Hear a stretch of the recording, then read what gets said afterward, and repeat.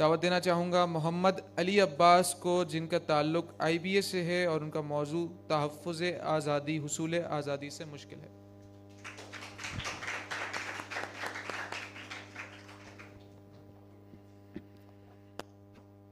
23 مارچ 2023 کراچی کے ایک مصروف شادی ہال میں ایک قدم اندر اور ایک قدم باہر، میری نظروں کے سامنے بے حجابی کا طوفان، موسیقی کی آوازیں اور اس پر اٹھتے نوجوانوں کے قدم مجھے یہ سوچنے پر مجبور کر رہے تھے کہ کیا یہی وہ نسل ہے کہ جس کو سنوارنے کے لیے میرے بزرگوں نے اپنی نسلیں قربان کر دیں؟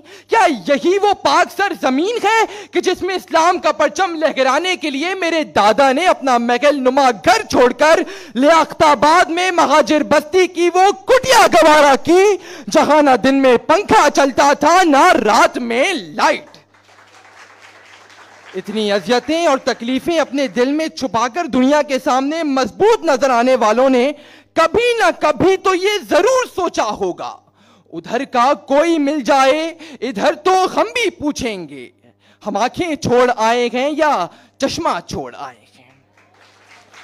بن گیا پاکستان، مل گئی آزادی، مگر تحفظ آزادی، حصول آزادی سے بہت مشکل ہے۔ ہم نے انگریزوں کی غلامی سے تو آزادی حاصل کر لی مگر ان کے تسلط سے آزاد نہ ہو پائے، پولیس کی وردی پہن کر رشوت سے آزاد نہ ہو پائے، کسٹم اور انکم ٹیکس آفس میں ایک ہاتھ ملاتے نوٹوں سے آزادی نہ ملی، حکومتی اداروں میں بدعنوانی سے آزاد نہ ہو پائے۔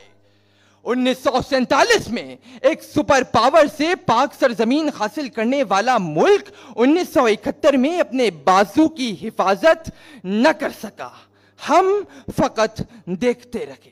1951 میں جرمنی کو امداد دینے والا ملک IMF کے قرضوں تلے دبتا گیا، معیشت گرتی رہی، ہم دیکھتے رہے۔ پاکستان کو ایٹمی قوت بنانے والے ڈاکٹر عبدالقدیر خان آزاد پاکستان کی آزاد فضاؤں میں سانس لینے کو ترستے رہے، ہم دیکھتے رہے۔ مادر ملت فاطمہ جناح کی نام کی تختی جانور کے گلے میں لٹکتی رہی، ہم دیکھتے رہے۔ پارا چنار میں 10 اساتذہ قتل ہوتے رہے، لہو بہتا رہا، فلک روتا رہا، زمین تکتی رہی، نظام سوتا رہا، ہم فقط دیکھتے رہے۔ شریکے جرم نہ ہوتے تو مخبری کرتے، ہمیں پتا ہے لٹیروں کے سب ٹھکانوں کا۔ آج پھر درکار ہے وہی جذبہ کہ جو 20 کروڑ عوام کو ایک قوم بنا دیتا ہے، جو محمد علی جناح کو قائد اعظم بنا دیتا ہے، جو صلاح الدین ایوبی کو آواز انقلاب بنا دیتا ہے اور جو قلم کو تلوار بنا دیتا ہے۔